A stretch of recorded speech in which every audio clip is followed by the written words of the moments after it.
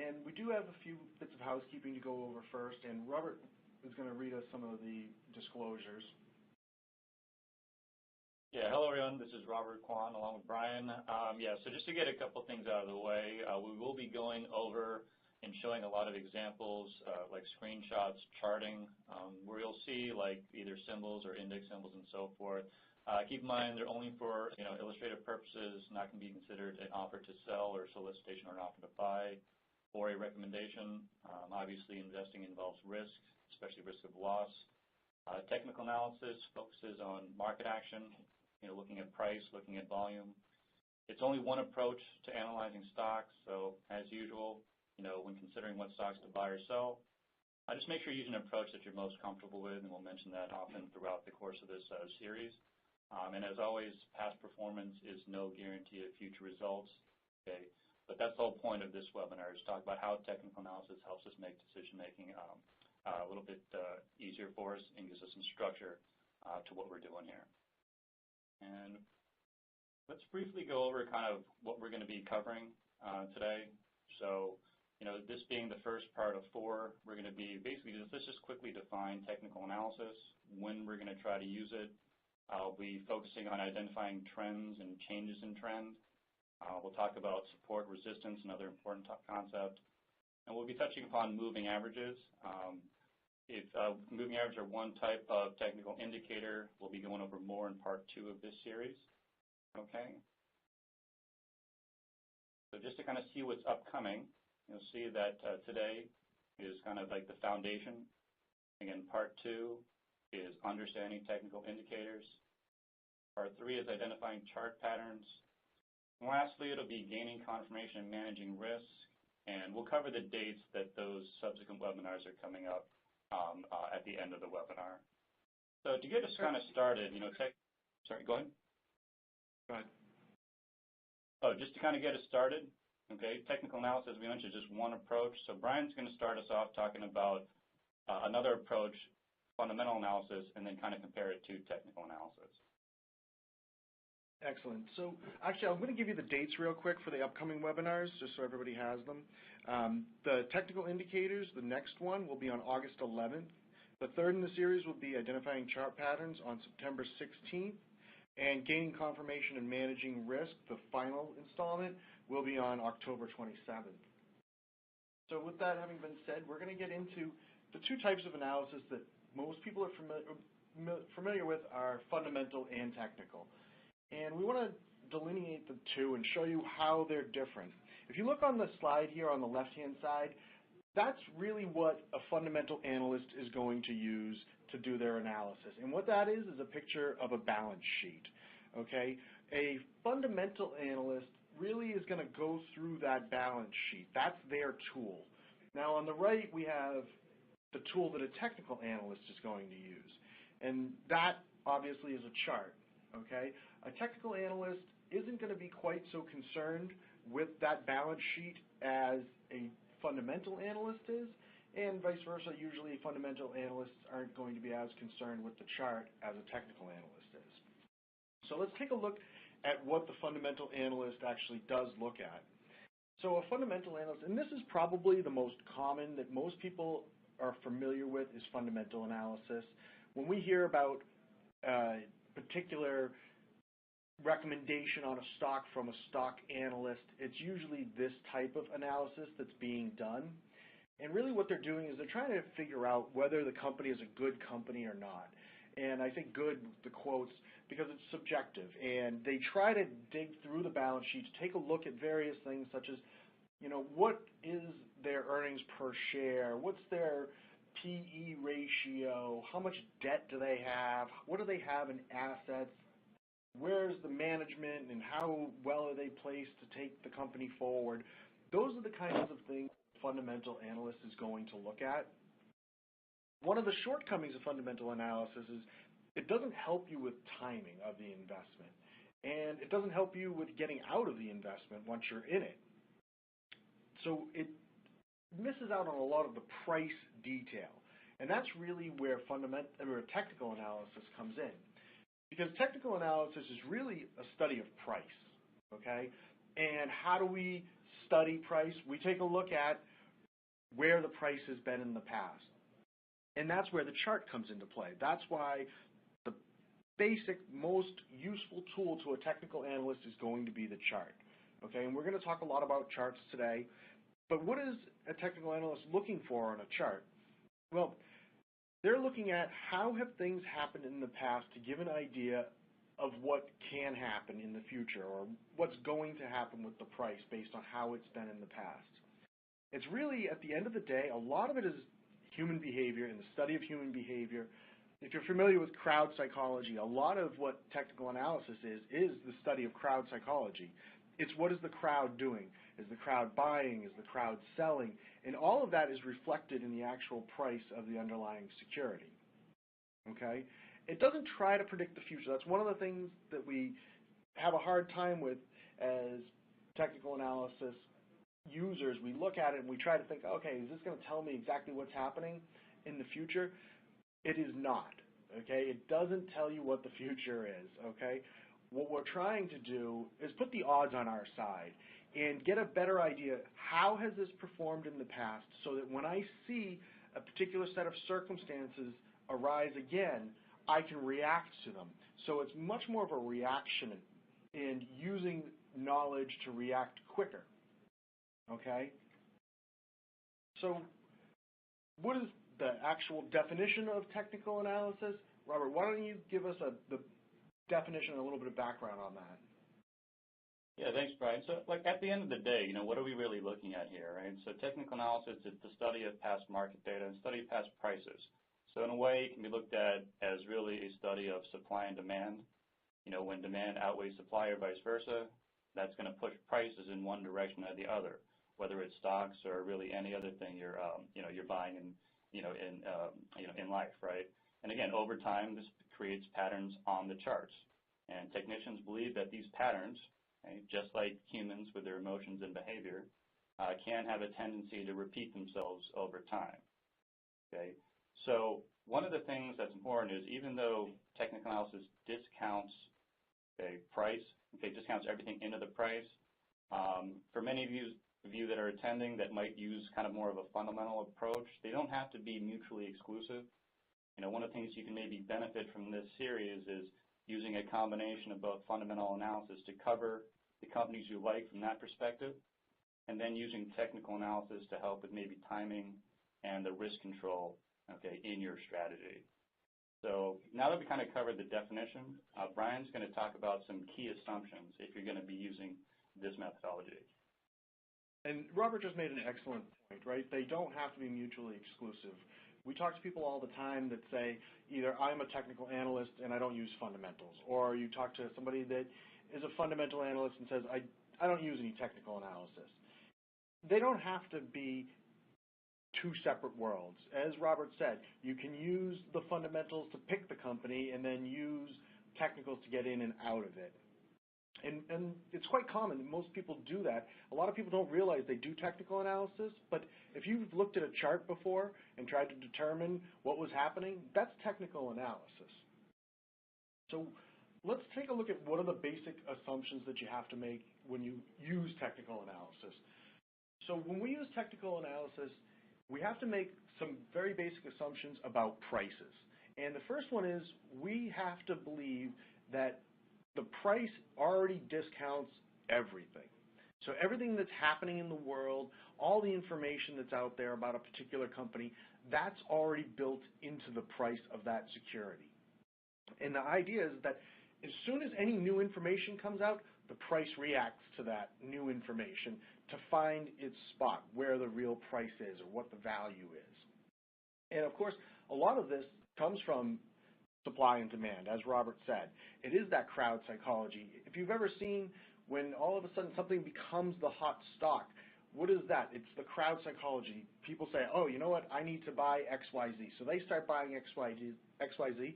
What happens? It starts pushing the price up because now you've got more demand. More people are looking to buy it. Now the price goes higher up. Now more people start looking and saying, wow, XYZ's had a really good run. Now I want to get in. That is creating more and more demand. Okay, so this does go back to supply and demand and that crowd psychology. Additionally, you have to believe that prices are non-random. Now, that doesn't mean that they're completely predictable, but the idea is that they're non-random. There was a school of thought back in the old days that their pricing was random. Well, we can look at the stock market on any given day and see that it's not random. We don't wake up today and have something that's trading at $5 go to $700, then to $300, and then to $8. It's not random. It happens in a more linear fashion, and we can watch that. We can look at a chart and see how that happens. Very important thing that we're going to talk about in a few minutes is this next key point. Prices have direction and tend to travel in observable trends. This is the idea of trends. Very fundamental to using technical analysis, the idea that we see prices move in a particular direction, forming a trend, and that we can see these trends, and that prices tend to travel within these trends. And we also have to believe that behavior and history in the marketplace will repeat itself. Very simple way of thinking of that is look at the boom and the bust, right? Whenever we look at any market, you see the run-up. It has a great run-up. The business cycle even, it runs up, and then it runs out of steam, peters out, comes back down to earth. Then it starts to build up again, starts building up and climbing again, runs out of steam. It happens over and over. And that's a fundamental part of thinking about technical analysis, is that we see these booms and busts happen. We see them happen in the overall market. We see them happen in individual stocks. They happen all the time. And what we're doing when we're using technical analysis is trying to find a way to react to them as quickly as possible. Additionally, we also have to believe that these are fractal. What does fractal mean? Very simply, it just means that a pattern that you can see on a year-long chart is the same as it has the same implications as that pattern on a one-day chart. Okay, these patterns that develop, they are fractal. They can be used on any different time frame of chart, and they will have the same implications. So we're talking about the benefits of technical analysis. What are some of the limits? Well, just like anything, it's not a perfect investment method. It doesn't just automatically come to everybody and it solves every question you've ever had or answers every question you've ever had. The reality is that it takes a lot of time and it takes a lot of effort. I mean, you're investing an hour and a half today, and if you invest another hour and a half over the next 3 sessions, that's a lot of time in and of itself. But it also takes looking at charts and getting comfortable with looking at those charts and looking at different stocks and different time periods. That all takes time. It's just like anything. The more you do it, the better you will get with it, and the more comfortable you'll get with it. The next point is very important. Patterns, trends, and indicators are never precise. And this is a hard one for people when they first start using technical analysis because of the ambiguity of it. Well, is this really a head and shoulders pattern that I'm seeing here? I can't be sure. And that can be a little bit difficult in the beginning. But if you keep in mind that when we talk about technical analysis, we say it's not a science, it's an art, okay? It's 1 part science, 2 parts art. And that art aspect of it, it comes from using it. It comes from familiarity and comfortableness, and being comfortable with it. And that being said, of course, it is subjective, right? We may both look at the same chart and not have the exact same feelings. And because of that slight fuzziness where it's not always exactly precise, and we're going to show a lot of examples where it's very close but not the exact same point, that's the interpretation aspect of it. And the more you use technical analysis, the more comfortable you'll be with making those determinations of where it is on that fuzzy linear curve.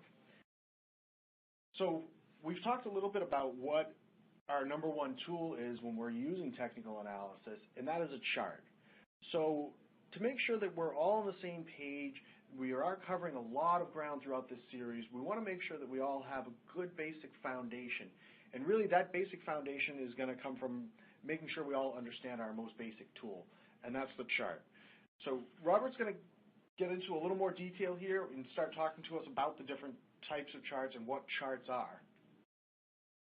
Yeah, thanks, Brian. And as Brian mentioned, many of you may already use some technical analysis without even realizing it, and some of you may just kind of glance at charts already.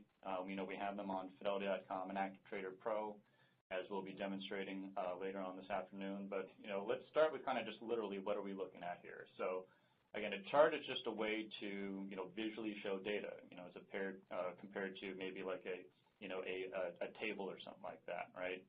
So while a fundamental analyst might look at earnings numbers and so forth, a technical analyst, we're just focused on the price chart, right? And as you can see just from this screenshot, even if you don't have any training or anything like that, look at it. Do I see any patterns? Do I see any trends? They can be more easily seen, right, in this type of tool. So one of the things we want to kind of really cover really quickly is, well, what are the different types of charts available? All right, there's not just one kind. So we're going to cover 4. Again, there's many more, and we're going to focus on 2 throughout this series. But right off the bat, just take a look at this chart, see if you recognize any. So at the top left, that's what's called the line chart, right? That's pretty much going to be one of the simplest forms. It basically just connects closing prices, okay? Brian, what would be a kind of common security that might use this type of chart? That's a great question, Robert.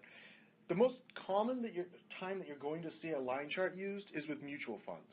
And it makes sense because mutual funds only have one price. They have the close of the day's price every day, so they don't have any other information. So you will typically see a line chart showing a mutual fund.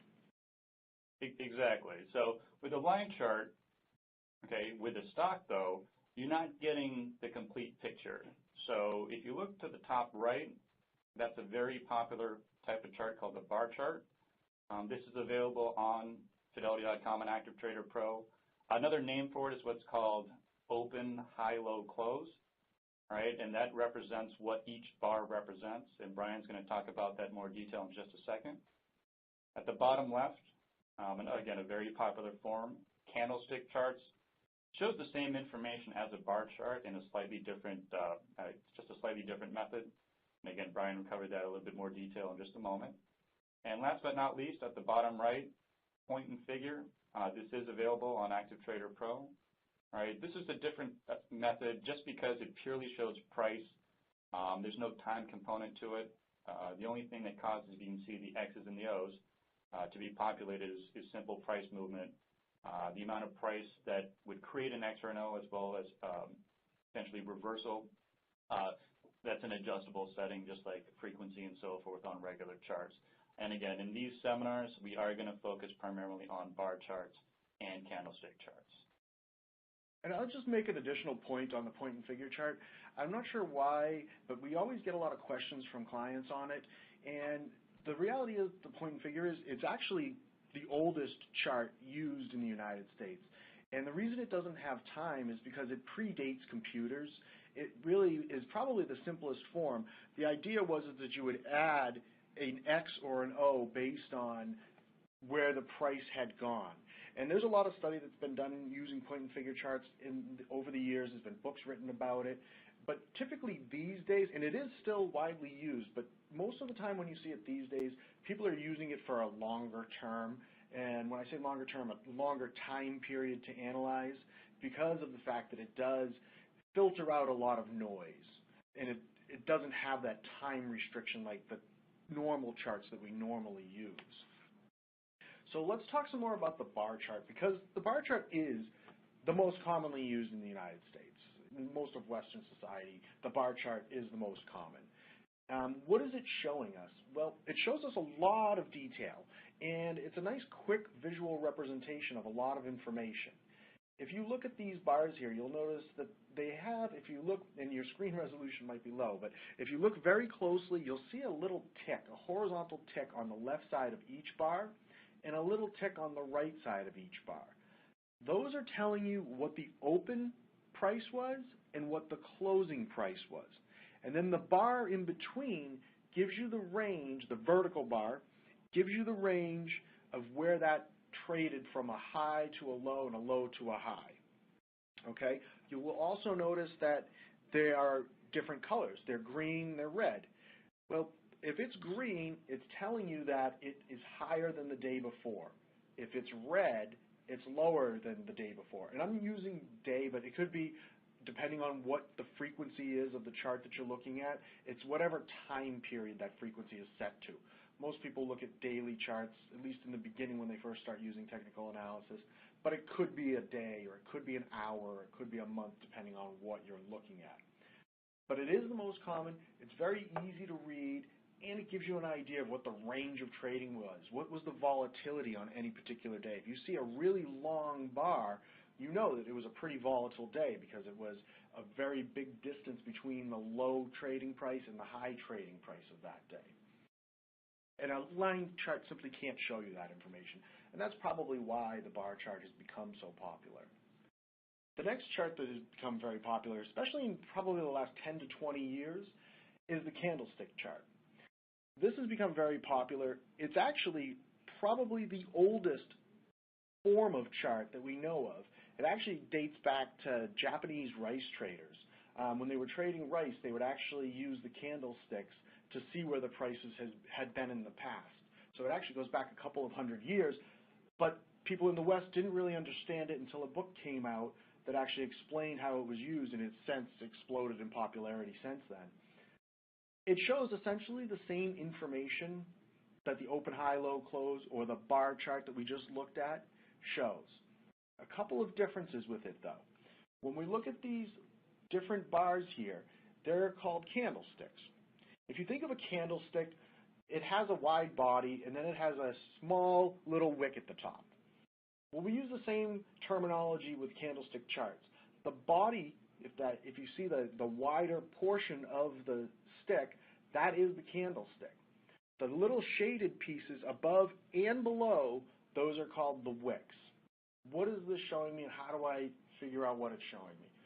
The body, the wider portion of it, is showing you where the open was and where the close was for that day.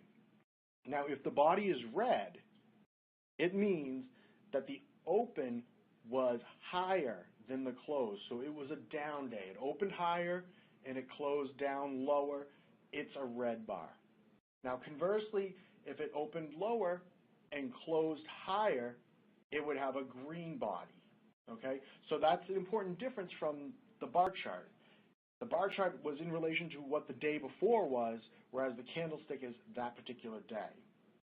And once again, it's interchangeable depending on the frequency of your chart, whether you're looking at a day or an hour or a month. And the wicks go on to show you what the trading range was for the day. So they show you the high and the low of the day. Okay, so it's all the same information. It's just organized a little bit different. Now, a lot of people use these nowadays compared to the bar charts. Which one's better? It really just depends on what you're more comfortable with, what you're more familiar with, what you like. I can say I use candlesticks most of the time, but sometimes I use bar charts. It really just depends on what you like to see and what you're looking at. Some people find that the candlestick's a little bit easier on the eyes. It shows a little more information. You don't have to look quite so close to see those little ticks on the left and the right for the open and the close. So I think that's another reason why it's gained some popularity. So one of the other things to remember with these two most popular, they have some slight differences. In the third webinar in this series, we are going to talk about different patterns that can be found on charts.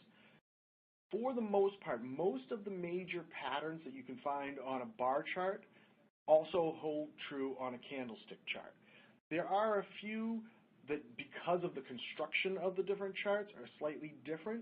There can be some slightly different patterns, and usually it's due to the fact that with the candlesticks you have that wide body in the wicks and the relationship between the two.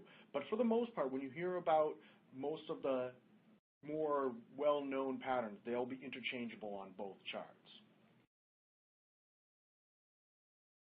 So when we talk about charts, what are we using them to look for?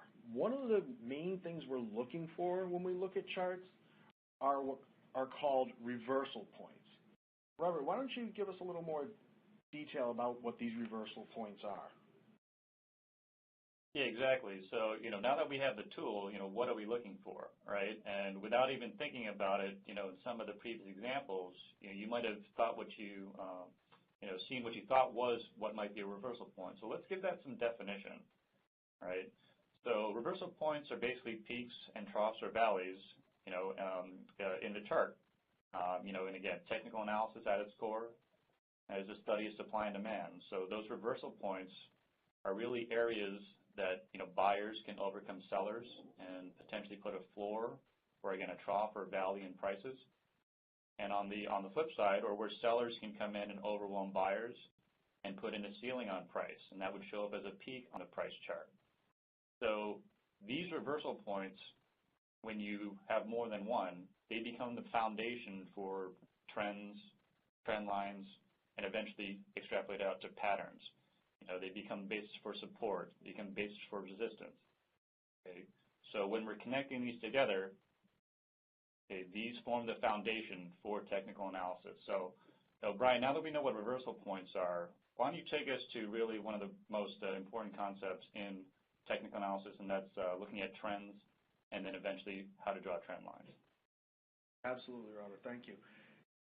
Trends and trend lines. Let's just start off. What is a trend? And we said from the very beginning it was very important to understand the trend, and we had to accept that prices move in patterns and trends. So what are we talking about when we talk about trends? Well, trends come from the interaction of buyers and sellers. And a lot of times when you hear people talk about technical analysis, they'll talk in terms of a battle or a war where buyers and sellers are battling out for supremacy. And you can see that when you look at a chart. When you see the price going up, the buyers are stronger. They are pushing that price up. When you see the price going down, the sellers are stronger. They are pushing that price down. They have the upper hand, so to speak, at that time. And as Robert said, and I'm going to point out some very specific examples of these reversal points, but we're looking for those reversal points to give us an idea of whether the trend is up, down, or sideways. And in this, we see it's labeled as no trend. Most commonly, you'll hear people refer to it as a sideways market or a consolidation phase. Those terms are all interchangeable. So let's take a look at what we're actually talking about when we talk about these trends. If we look at this slide, we'll see that we have an uptrend. And why is it an uptrend? If you see those circles, all of the circles are looking at reversal points, what Robert just spoke about a few moments ago. You'll see it changed direction. It was moving up in that first circle, and it turned around and started going back down. That's a reversal point. And then in the next one, it's going down, it turned around and started going back up. That's another reversal point. How do we know that these reversal points are showing us an uptrend? Well, to be honest, you can look at that and see it's moving up. If you look from the left to right, it's very simple. But from a technical perspective, we want to be seeing successively higher peaks and successively higher troughs or valleys. Valleys, troughs, they're interchangeable. But the idea is that not just the highs are getting higher, but the lows are getting higher as well. So we've now talked about the uptrend. What is the other side of that? What is a downtrend? Well, once again, we can look at that chart, and it's fairly clear that that is a downtrend, right? We can look from left to right, and the price is clearly moving down. But once again, from a technical perspective, we're looking for successively lower peaks or lower highs. Now, we can see those peaks are descending. We also want to see the lows descending. We want to see the lows getting lower, okay? So when we're looking at the uptrend, we're looking for higher highs and higher lows. When we're looking for a downtrend, we're looking for lower highs and lower lows. So when we talk about trends, there are some assumptions we have to make. Robert, why don't you give us a little more about those assumptions that we need to make? Exactly. And as Brian mentioned earlier, there are some assumptions you need to make using technical analysis in general, and that kind of concept carries through to trends as well.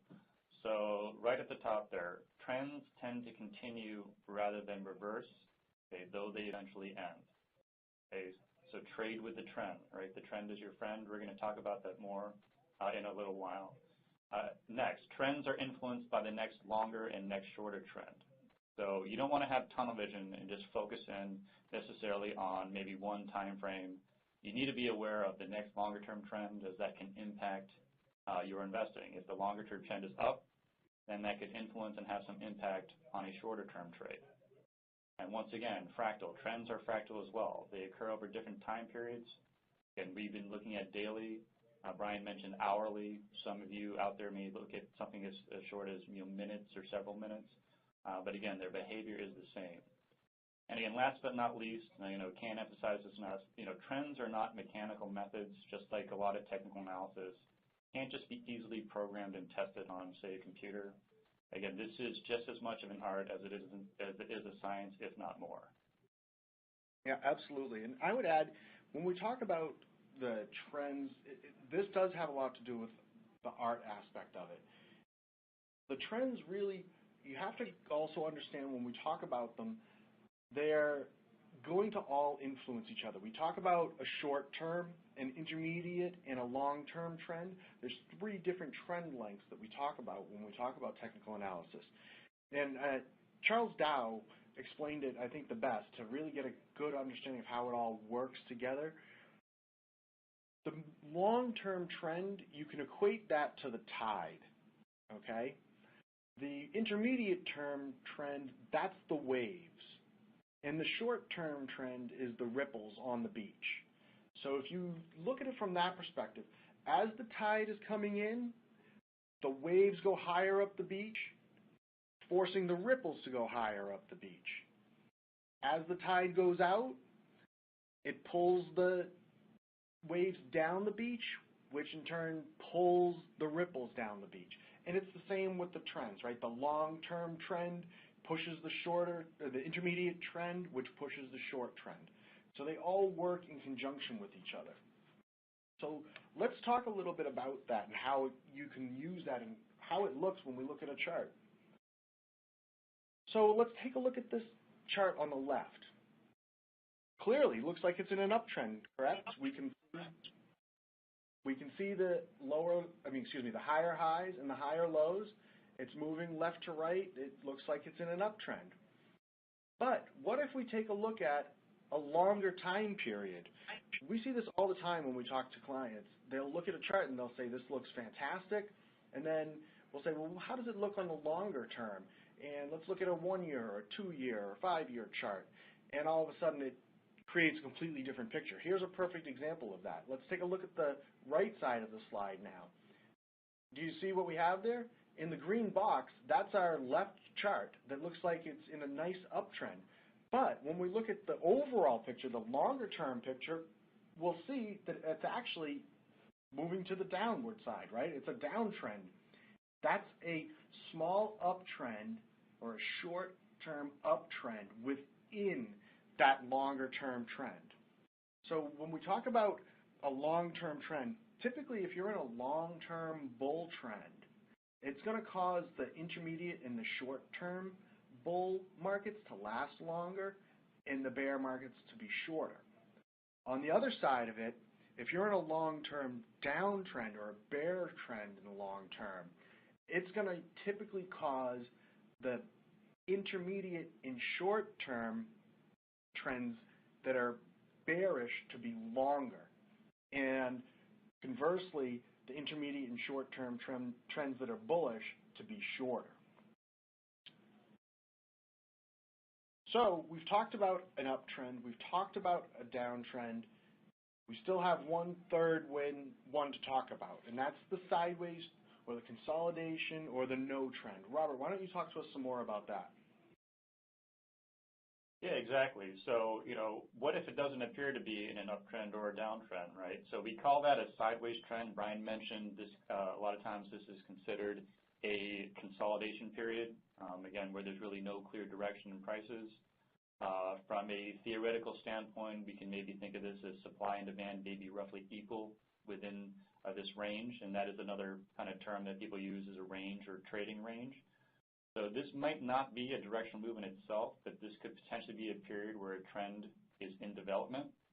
Okay, so one of the things we need to be careful of, especially if you believe in prices trend, you are a trend trader or investor, is to be able not to kind of force trades if there is no trend to follow. All right.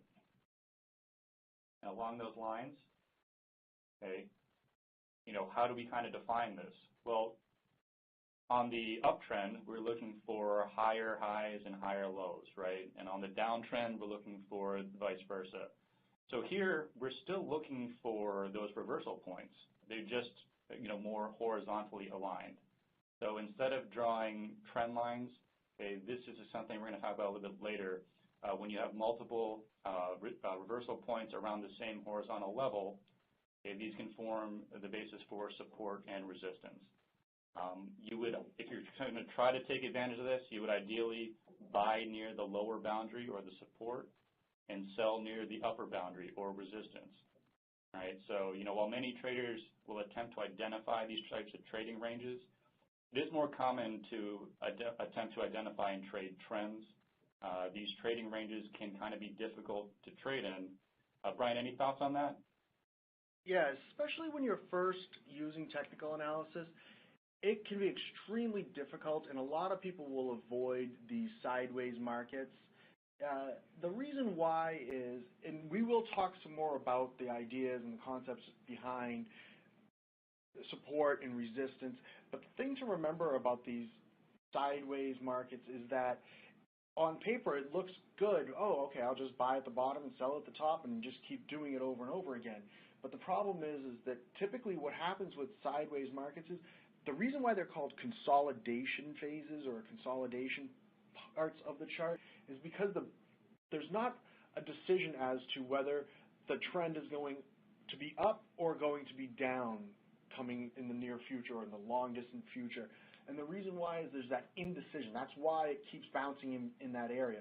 Typically when it breaks out after the decision is made, it moves very quickly and it moves a lot. And if you're on the wrong side of that, it can be very damaging, and you can turn a lot of really good small trades into one big loser if it breaks out against you.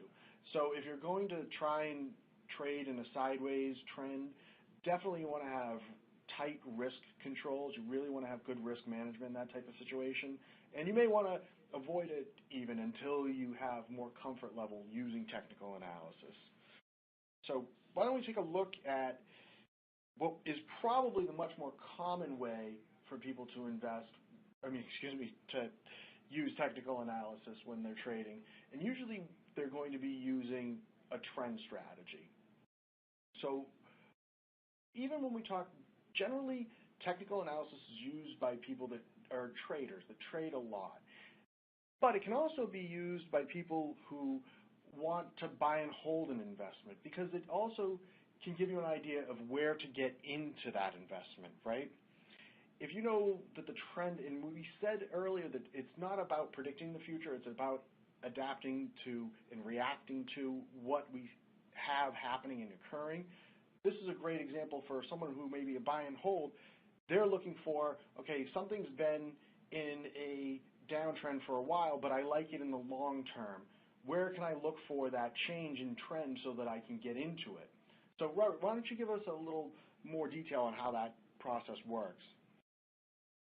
Yeah, exactly. So, what are we trying to really accomplish with technical analysis? And Brian mentioned it earlier. I'm not sure if it really resonated. Technical analysis is not focusing on prediction, okay? It's just giving us a way to make decisions that, give us a better chance than not, right? Using the most information we can, a higher probability of being correct. So if you're going to trade trends, well, what are you trying to do? Well, you would buy as close to what you consider or recognize the beginning of a new uptrend as possible, and you would sell as soon as you try, as quickly as you can identify that you feel that trend is ending. All right, and we would call this your entry and your exit strategy. Technical analysis, all these tools that we're covering in all these four the series here, that's how you're determining those strategies. Okay, and your profit would obviously arise from the difference between those two strategies.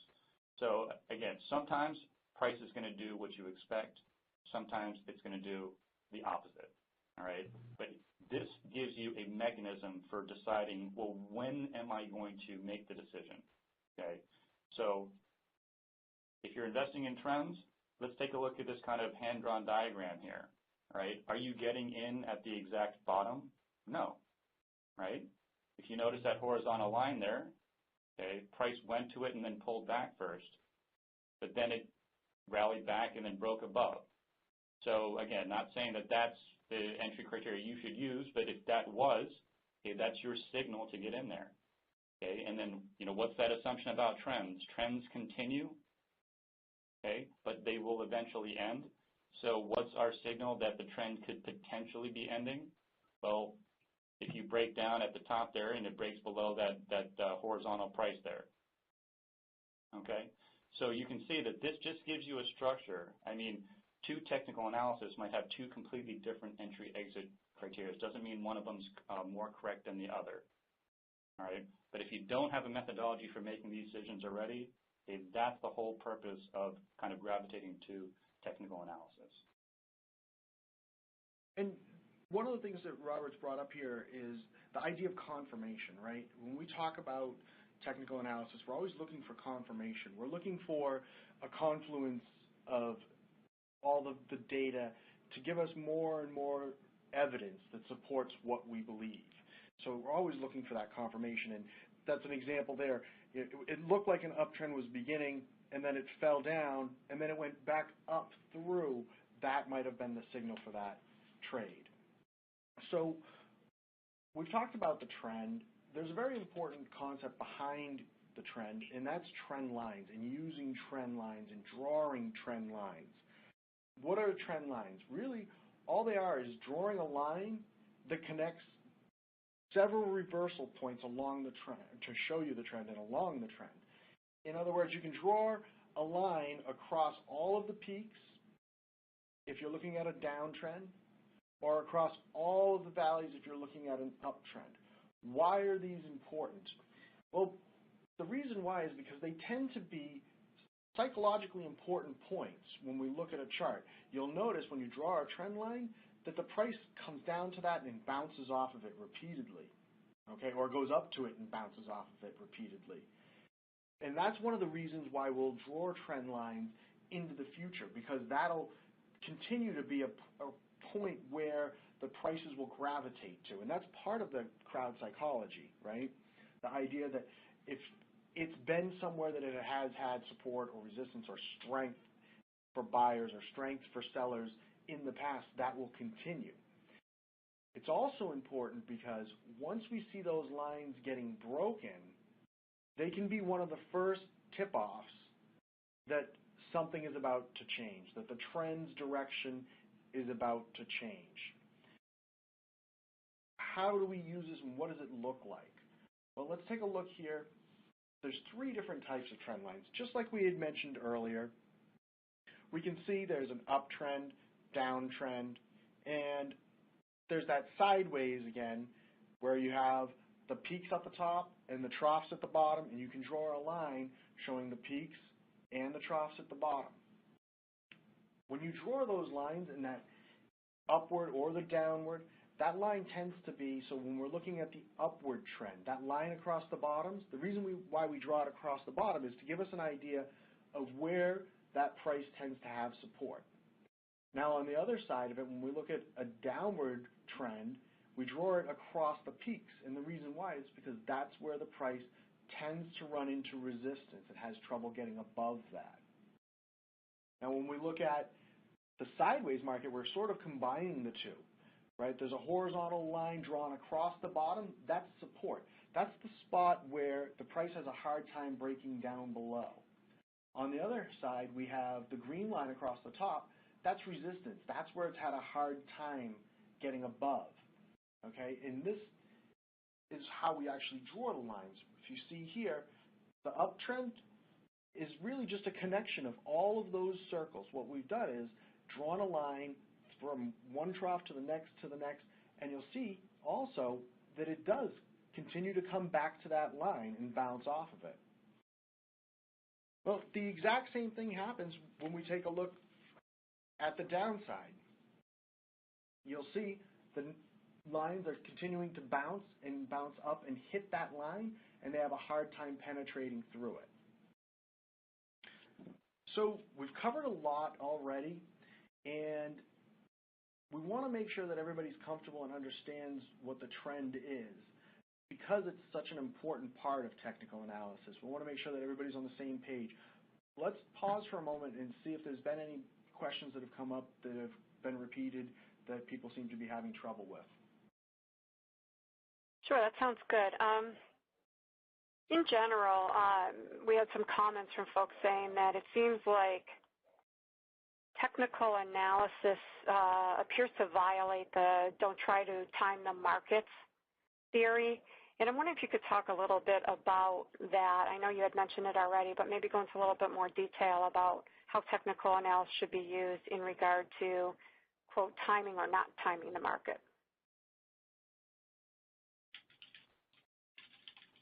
Hey, Brian, I can take this one. So, it's really kind of focusing on, what are we trying to do with technical analysis? In a way, can you look at it as, quote, timing? Yes. But, we're trying to make the best decisions we can absent being able to see the future. Historically, does buy and hold work out a lot? And, they say try to avoid trying to jump in and out of the market. A lot of that reason is because investors make a lot of, poor timing decisions when they don't have any type of structure to their decision making. For instance, what happened in 2007 and 2008. Okay, many people sold after the market went down because they were afraid, and potentially rightfully so. Okay, and when it bounced back, a lot of them unfortunately didn't participate. So when you get into getting whipsawed around by your emotions, it can lead to poor timing decisions.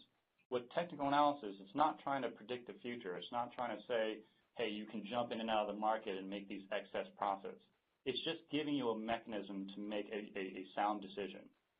If you look at a trend and it looks like an uptrend, and it's been in an uptrend for a long period of time, say a year, 2 years, that trend gets violated. And again, we're going to talk a little bit more about this later on. Well, from a logical standpoint, if it's been in this trend for 1 to 2 years and now it looks like it might break, okay, that, absent being able to see what's about to occur, what's the decision you can make? Maybe pay more attention. Maybe look to exit this, potentially have an exit strategy ready to control your risk. Because in the end, that's all you can control. You can't control if you make money, right? We don't have any impact on if the stock goes up or down if we buy it as, retail small investors. Okay, but we can control the decisions we make and decide what risk we have at any given time. All right, Brian, any thoughts on that? Or that's kind of my point of view. That's a great way of describing what you're trying to do. And when people talk about buy and hold, if you look at it from a trend perspective, what are we talking about when we talk about trends? What time periods are we looking at? Well, there's all different time periods. There can be super long periods, the Kondratiev cycle, which is super long, and we can look at the S&P. What is the S&P? What's the trend been? I mean, if we look back, or even the Dow Jones, because the Dow Jones goes back further. If we look at the Dow Jones, it's been in an uptrend essentially since it was started, right? If you look at that long macro trend, it has been in an uptrend. So that's why buy and hold would have worked, right? Because that longer dated trend would have favored buy and hold because it was always moving up if you waited long enough, okay? That's why you're looking at, depending on what your time frame is for different investments, what you're trying to do, that's going to influence what time frame you're looking at with your security selection, and also where you're going to look at the different trends. If you're going to look at a longer trend, if you have a longer term view for something and you aren't worried about being whipsawed out of it, yes, maybe you are looking at that longer term trend, but you will have different criteria for different things that you're looking at. You may be looking at one stock in particular because you expect certain things to happen. Maybe you've done some fundamental analysis and you like company XYZ because you think they have this great widget coming out. Well, now you can look at the chart and try to determine where you should get in and where you should get out. And it's not the end-all, be-all for getting in and getting out, because maybe the widget doesn't come out. Well, maybe you just want to get out of that stock because the widget didn't come out. But it's one more tool in your arsenal to help you make better decisions. Thanks for addressing time frame, because we had a lot of questions on that as well. So we appreciate that. And the other question that keeps coming up too is technical analysis available for all types of investments? Or is it only individual stocks, or can it be used for sectors and broad markets? And how can this be used? That's great. That's a great question. And we said earlier it was fractal, and we explained that it meant it could be used on different time frames. But the fractal nature of it also can be addressed, or it can be used to address that question. It can be used for individual stocks.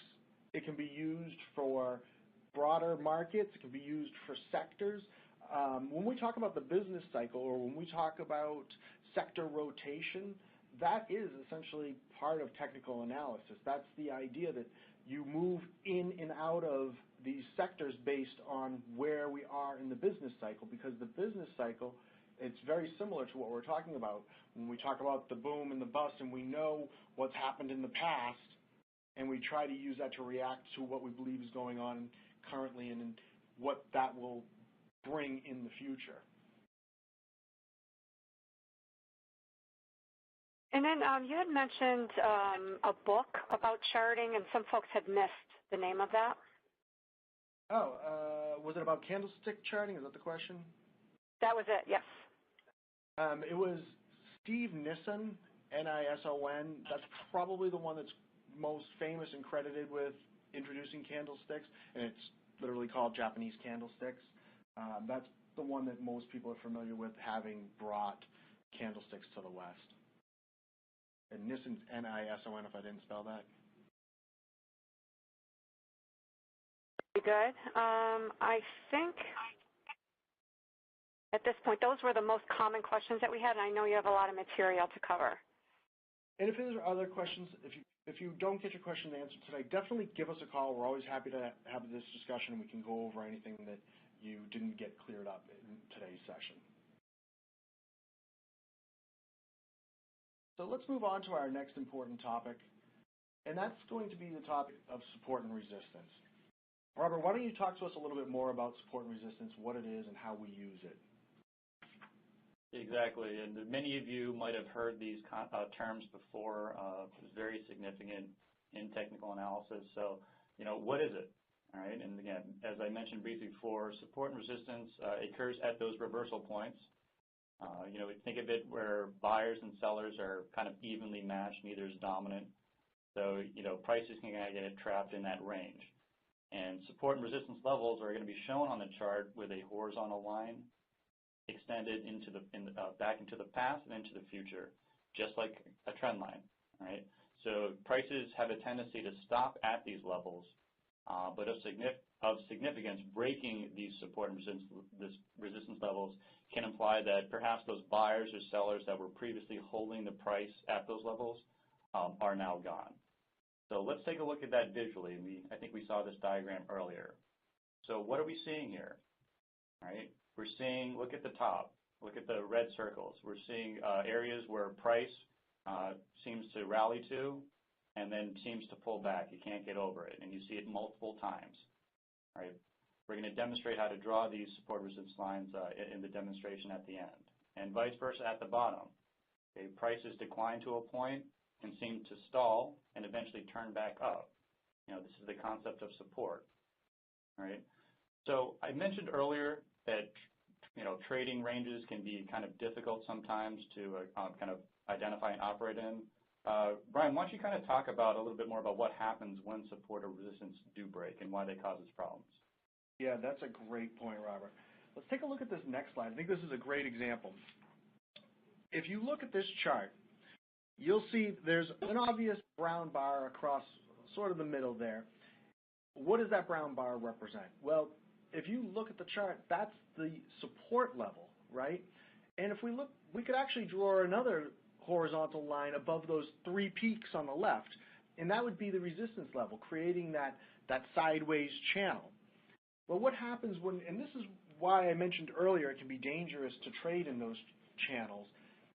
What happens once it breaks down below that support? And you'll see it's sort of a fuzzy area, right? It's not a finite hard line across the chart, but it's all relatively very close.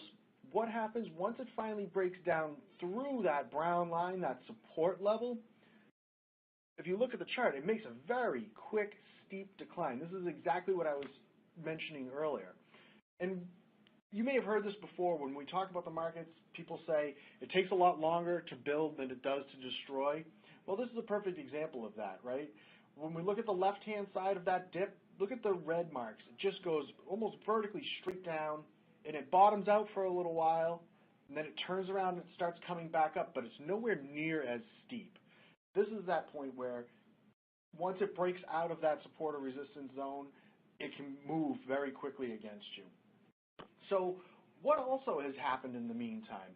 Well, now that it's come back up, that area that used to provide support, it now reverses its role and it becomes resistance.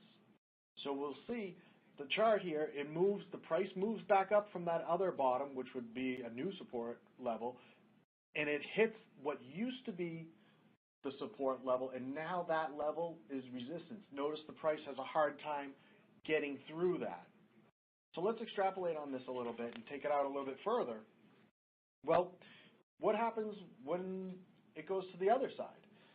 Well, we take a look at this chart, we see, once again, from the left, the price moves up, it hits that brown resistance level, it doesn't have the ability to get through it, falls back down, it makes another attempt at it, still can't quite get through it, and then finally on that third attempt, you see that it makes it through, it goes up. Now that was providing resistance, but as we said before, once it breaks through, that does become support now. So now that it's gone up, it's broken through, it now has support at that level, it starts going back up, and it hits a new resistance level. When it hits that resistance and it bounces off it, it comes back down, where does it tend to reverse? Once again, at the new support. So what used to be resistance becomes support, and you create, in this case, a new resistance level above that. And this is a great chart because it actually goes sideways, and this is one of the things we always talk about.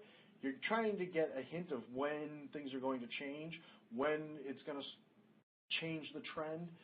Well, it's not always a change that's dramatic from going down to up or up to down. A lot of times it can go from being in an uptrend to going sideways, or in a downtrend to going sideways, or in a sideways trend and breaking up or breaking down.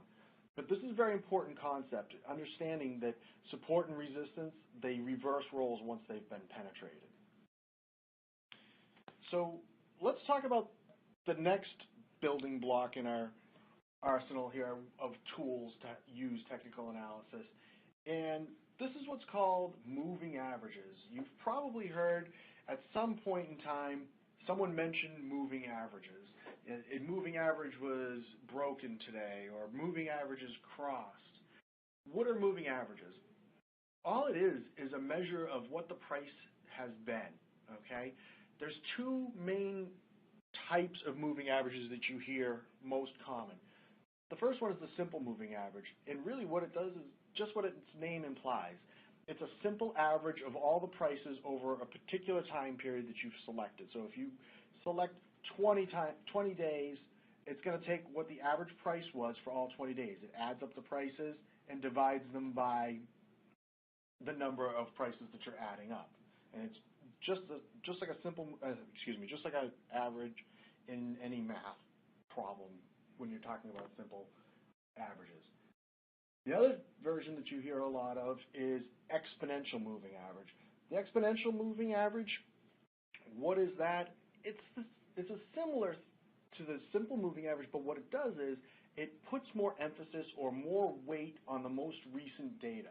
Now, it uses a particular mathematical formula. We don't necessarily have time for it right now. If you go to the Learning Center, it's actually there, and we can show you that. But the idea that you need to take away is that it's giving more weight to the most recent data.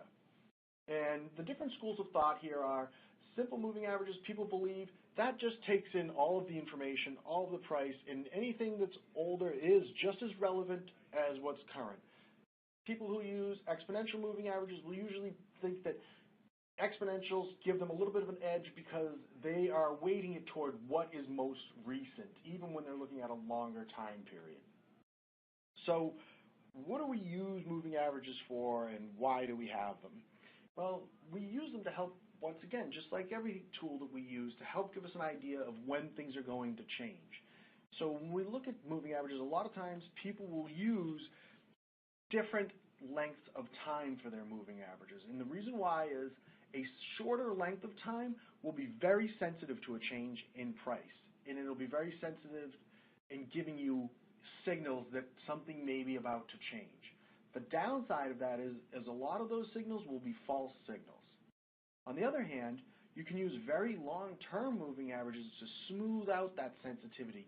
They won't be as sensitive and it won't give you as many signals, but the signals that it does give will typically be more reliable. Now, how do we actually use them, and how can we use the two of them together, the shorter terms and the longer terms? Well, you may have heard of a moving average crossover. That is going to be described in a little bit more detail in a few minutes, but that's where you use the shorter and the longer to get a better signal because you're using that sensitivity of the short one and smoothed with the with the longer term of the longer term moving average, more data. So just to give you a quick visual here, on this chart we have a simple moving average and an exponential moving average. The simple moving average, they're the same time periods. The simple is in red and the exponential is in blue. You'll see that they move for the most part together, except for when you see the actual pullback. At that point where the cross is, the actual exponential moving average, it reacts a little bit quicker. And then when it switches over and starts climbing again, you'll see that it moves a little quicker as well, meaning it stays closer to the price. And the reason for that is, as we said, it's because it's actually weighting the most recent prices more than the further back prices. So with that sensitivity and with the weighting, you can see right here on this page, we have multiple different simple moving averages. It's all simple moving averages on this one.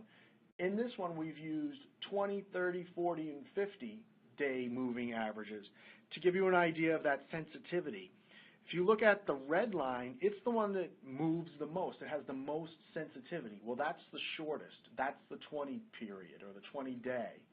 On the other hand, if you look at that purple line, and I know you might have to squint to see the difference, but the purple line is the one that's the furthest away from the prices, and it is the least sensitive. It doesn't move as much. It moves much slower.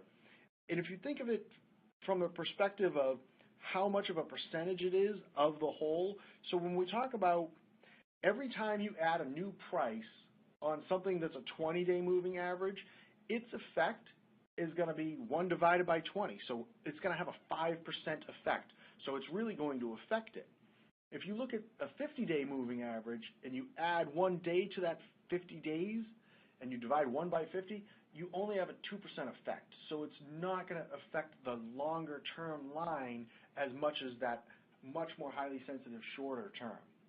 So that's why people will use a short term and a long term in conjunction to get an idea of that higher sensitivity, but also to look at, okay, I don't want as many signals, and I'll use something longer term. So it's really you're trying to find that happy medium between the two. And when we use them together, we will look for what are called crossovers. Robert, why don't you talk to us a little bit more about the crossovers and their significance? Exactly. Crossovers are a very popular way to use moving averages as a kind of a confirmation signal. So in this diagram, we're looking at a 50 and 200 period daily simple moving average. Those are two very common time periods on the daily time frame. So let's look at the red circle on the left here. And what we're seeing here is that price starts to move up, right, in what appears to be kind of an uptrend. And you notice that the quicker moving average, or the 50, the red line, was initially below the longer 200 period blue line, and then literally crosses up over it. Okay.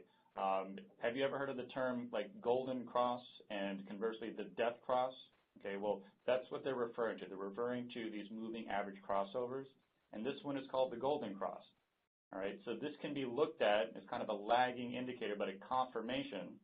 Price has moved up, crossover, potential confirmation that the uptrend is beginning. Okay, then if we fast forward to the right side and the second red circle, you'll notice that price pulls back. Okay, eventually, the quicker red line, the 50 period, then crosses and dives below the 200-day. Okay, that is the infamous death cross. All right, and what does this signal? Well, it signals it could potentially be the end of the uptrend. Okay, so again, moving averages in a way act as support and resistance, very much like trend lines, but these crossovers are also very significant as well. And that's a great point, is that they do typically provide some support and resistance. Instead of being horizontal, they're more diagonal if you're looking at an uptrend or a downtrend. So people will also use the moving averages in that way. And a lot of times people say, what moving average should I use? What time period? And it really depends, and it's going to be different for, as you do more and more technical analysis, you may tweak it a little bit, the numbers that you use. But we can tell you, what is the most common when you hear people talk about moving averages? They're usually going to talk about a 20-day moving average for a short period and a 50-day moving average for an intermediate and a 200-day for a longer term. Those are the most common. That doesn't necessarily mean that they're right, but that's usually the ones that people will start with, and then they'll adjust them from there. They may find that they like a little more sensitivity, so they'll make it a little bit shorter, or they don't want quite so much sensitivity and make it a little bit longer. So one of the things that Robert mentioned was confirmation, and one of the other tools that we use quite extensively for confirmation is volume. Robert, why don't you tell us some more about volume? Yeah, thanks, Brian. So, as we mentioned, price is in the end what really matters, but we're looking for things to kind of improve our signal, so to speak. So just like those crossovers were one method of confirmation, volume is another significant one. So for those of you that don't really pay attention to volume already, well, what is it? Well, it's, in the case of a stock, it's literally, well, how many shares are traded, okay? In a way, again, we look at it to kind of either confirm or non-confirm, the movement. So a lot of us kind of look at it as like the fuel in your trend, right? If the trend has plenty of fuel, then perhaps the trend is more likely to continue. And just like your car, if you're running low on fuel, then potentially you're going to run out of gas. Okay, so again, in a way, it really helps kind of measure the strength of price movement. So a lot of times we'll look for increasing volume to confirm the direction of the trend that we're kind of trading along with here. So just to kind of see that visually, let's move along to the next slide here. So in this example, you notice the three circles on the three green candlesticks, okay? And notice the corresponding circle of the increased volume. In addition, the first and the third circle, what's referred to as a gap up, which means that they basically cleared the previous day's trading range. So the price by itself, in this case, is positive if you have a bullish perspective.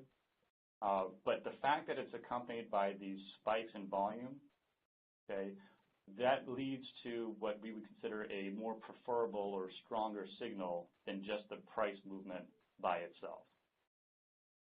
And this all goes back to that crowd psychology, right? Like we talked about earlier, when you see a lot of volume, it confirms that that's what the crowd is doing, right? If we look at that second to last candlestick on the right, that big gap up, well, what would cause that? Maybe some important news came out overnight and everybody heard the news and thought, I really want to buy XYZ because they've come out with this great thing. That next morning, all of that pent-up demand pushes the price up because you have all these people now that are creating this demand, that want to buy it. They're fueling this big jump up in price. When we talk about volume as confirmation, when we're looking at an uptrend and we see higher volume, it signals that the move, it gives us a stronger signal that it's in an uptrend, or it is a confirmation or a stronger confirmation. Now, lower volume doesn't necessarily present a contradiction. It just means that it's more suspect. And by that I mean it's not as strong of a signal. So it's preferable to have a strong signal accompanied by volume. So when we talked about that last slide, we were showing you where these prices broke out. So what are breakouts? Let's define them. They're the most common sign that the trend is about to change, is when we see these breakouts. That's when we see something is typically going to change. When does a breakout occur? Well, when we talked earlier about support and resistance, we showed you the slide where it finally broke down below that support and it had a dramatic decline. That was a breakout or a breakdown since it was to the downside, okay? That is what we're talking about with breakouts. It's a very sharp move. After it's been in either a sideways or even an up or a downtrend, it breaks out through that trend line or through the support and resistance to one direction or the other. If it's going up and it turns around and comes down through the trend line, that can be a breakdown or a breakout. Conversely, if the trend line is moving down and all of a sudden the price breaks up through it, that can be a breakout as well to the upside. And a lot of times people will use these breakouts to formulate a trading strategy. So one of the things that we look at when we look for the breakout is, once again, confirmation from volume. Robert, you want to talk a little bit about that? Yeah, so in this example, all right, we can see that the price was kind of trading in a range for a while, right, from left to right there. But then notice the big green candlesticks on the far right, the ones that are circled, and then the corresponding significant jump in volume. And in hindsight, this would have been a good, this was a good signal for prices increasing further, going out. But then, go back a little bit to the red circle and notice the false breakout there. So at that time, it had broke above the range and then pulled back. All right. So the thing that's important here is not all breaches of support resistance and, in a way, trend lines and so forth will actually mean that that's the move right there and then. So we call these false signals. And again, as always, from a risk management standpoint, you always want to manage around the potential for false signals. And in layman's terms, always plan just in case you're wrong, because there's never going to be a signal that's going to be 100% accurate unless you can somehow see into the future. So to kind of see another example, let's just quickly move on to the next slide here. All right, breakouts are not always to the upside. They can be, just as frequently to the downside and not more powerful. Brian mentioned, destruction faster than creation, right? And you notice here on the red circle that it broke down and there really was no noticeable volume spike at that moment in time. Okay, so again, confirmation, price is the first thing that matters, of course. That's what's actually happening. But it is preferable to have it kind of validated or confirmed by something else, in this case volume, but it is not necessary to make the signal valid. And if you look at this chart, one of the interesting things, now that we've talked about these breakouts, we've talked about trend lines, if you look at this chart, what's one of the interesting things you can see on it? Well, what happens on the right-hand side of that chart? We see that it's been going sideways for quite some time, but we also see when it broke, leading up to that breakdown where it broke below that support level, we see that there are lower highs, meaning lower peaks, and lower troughs, right? What is that the definition of? Well, it's the definition of a downtrend, right? We could start drawing a line from those successively lower peaks on the right-hand side of that chart to show that it was, and that would be another piece of our evidence, right, would be once it broke through that support level. So let's take a look at one of the techniques that because we've talked about these breakouts and we've talked about you want various confirmations and things that will help give you a confluence of evidence. One of the things that people will use for their confirmation is filters. They'll use a close filter. That's the simplest form. And what is this chart showing you here? Well, we've drawn a trend line. We see the successively lower peaks. We've drawn the trend line across it. Well, we're always looking for an indication that things are about to change. If you look at that yellow circle, that was your first indication that things might be about to change, right? This trend might be changing. Why? Well, because it's breaking through that it's breaking through that trend line. But if you notice, it doesn't close above the trend line. A lot of people will put more weight to actual closing prices because that's where it ended. That's where people were willing to go home at night at that price owning it. So a lot of people will use that type of information to put more weight on a signal if it closes. So if that candlestick had closed above for that day, above that trend line, people would have given more weight to that break in the trend line. Now, others may want to be a little bit more conservative, and they may use a two-close filter. So if we were to apply a two-close filter, so now meaning you would want the price to close above that trend line at least 2 days in a row, you'll see it didn't happen until you get to that green circle. So it broke up above, but it came back down, and it didn't close for 2 days in a row until you got there. So which one's better than the other? It's just like anything. There's always a trade-off. The one close filter is going to give you more signals, and it's going to be quicker, but it's also going to give you more whipsaws. Same with a two close. It's going to be less quick, less whipsaws. If you were to extrapolate that out to a 10 close filter, well, it would take a lot longer to get 10 closes above, but it would be a much stronger confirmation.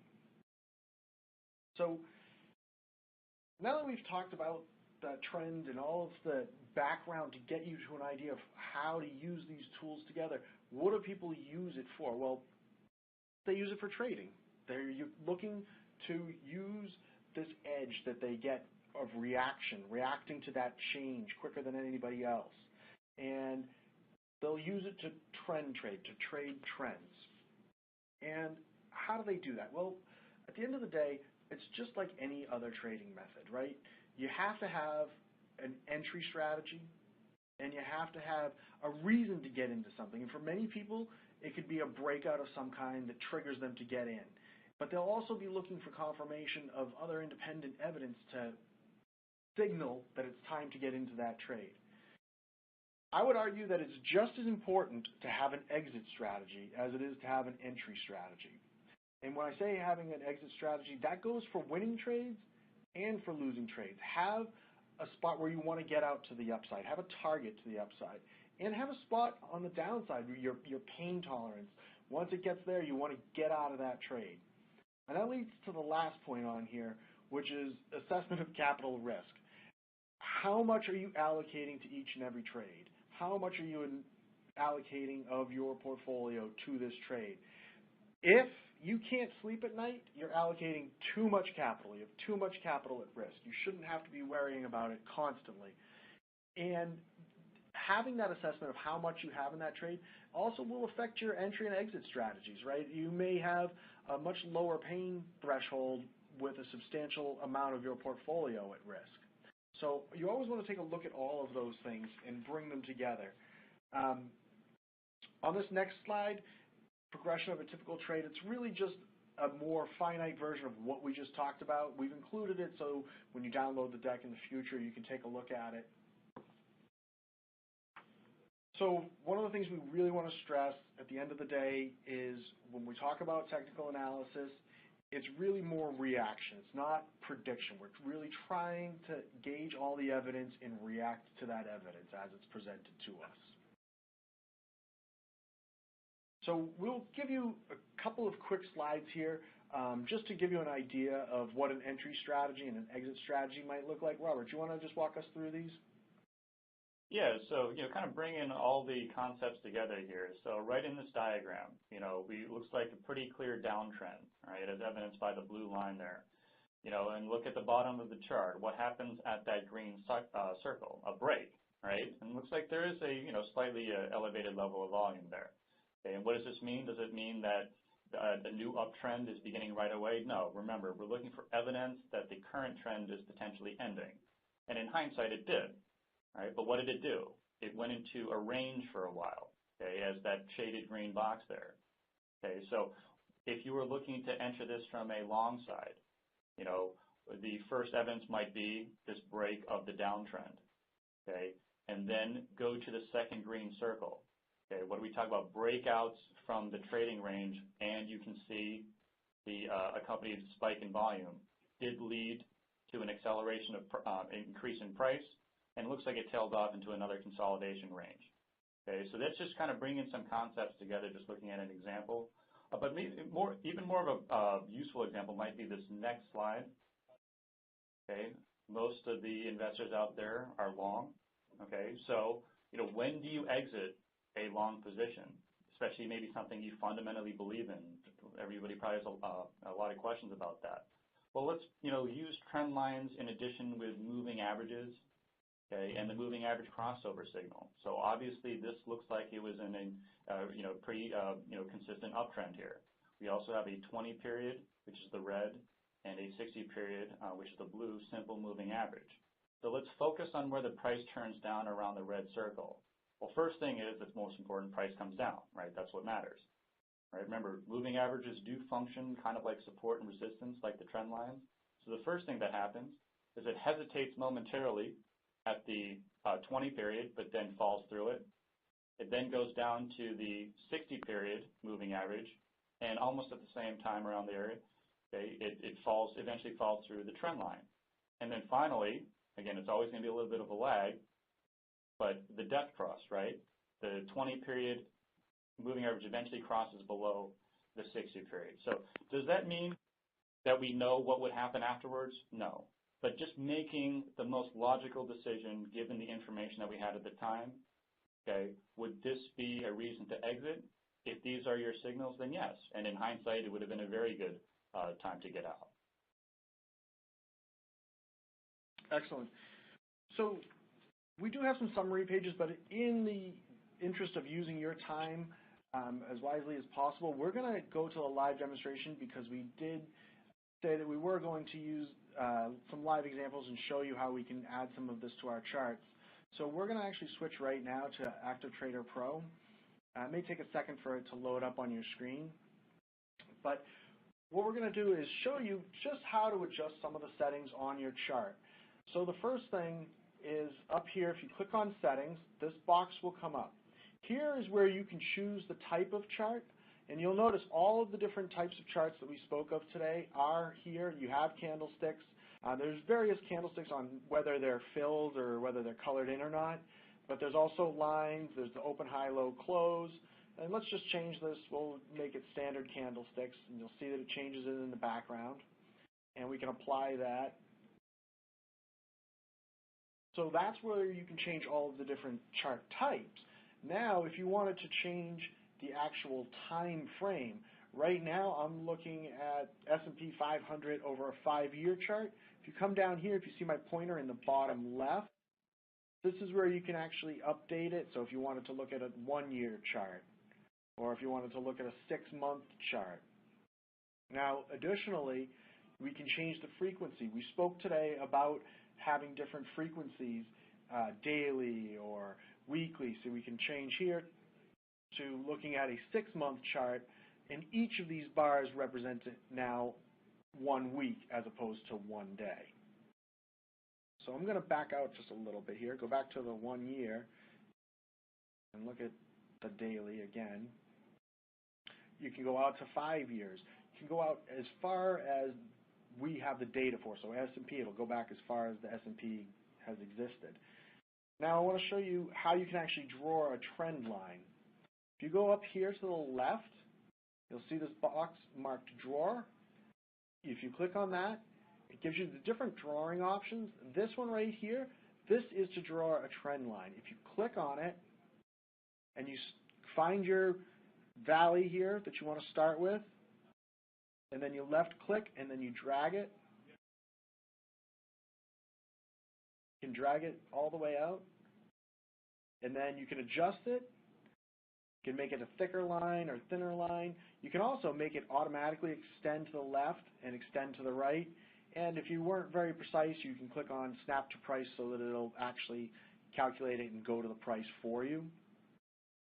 And then you can add it. Now you see you have that trend line. We've drawn that up trend line. You could actually do the exact same thing if you were drawing a down trend line. Also, if you were looking to put in, support and resistance, you can actually draw your own support and resistance lines. The resistance line is a dash with an arrow pointing down below, if you see here. And support, same thing. You would just click on it, come down here, draw your support level, and you can just drag it to wherever you want to use for support. So if you look at that and say, okay, that looks like a reasonable support level to me, you can add it there. You can change the colors, of course. Gives you your support level. Additionally, especially for new to technical analysis individuals, what you might find to be very useful is this up here, technical analysis. If you click on that, one of the nice features we have is this button here you can click on, and we have a company called Recognia that'll actually go out and calculate the support and resistance levels for you and draw it on your chart. So if you click on it, it'll put it on there. Actually, taking a minute here to draw it. And if you want to get rid of it, you can unclick it and it'll take it away. But what's nice is they'll actually do the work for you, so to speak. You can also verify what they have with what you've drawn. So it's a nice way to find an entry point into support and resistance and drawing those lines. Additionally, you can add your moving averages on here. If you just go over here to indicators, now you'll see there's a whole spectrum of indicators, and we'll talk a lot about more of them as we go through this series. There is, in the Learning Center, a technical analysis indicator guide, and it explains each and every one of these in particular, and how it's used and what it's constructed of and where it comes from. And we're just going to add a simple moving average just to show you how to do it. Just go to, if they're alphabetical, you'll see simple moving average. Click on that. Now you've got a simple moving average on your chart. It defaults to 20. If you want to change it, put your pointer on it when it highlights. Just right click. Excuse me. Technical there.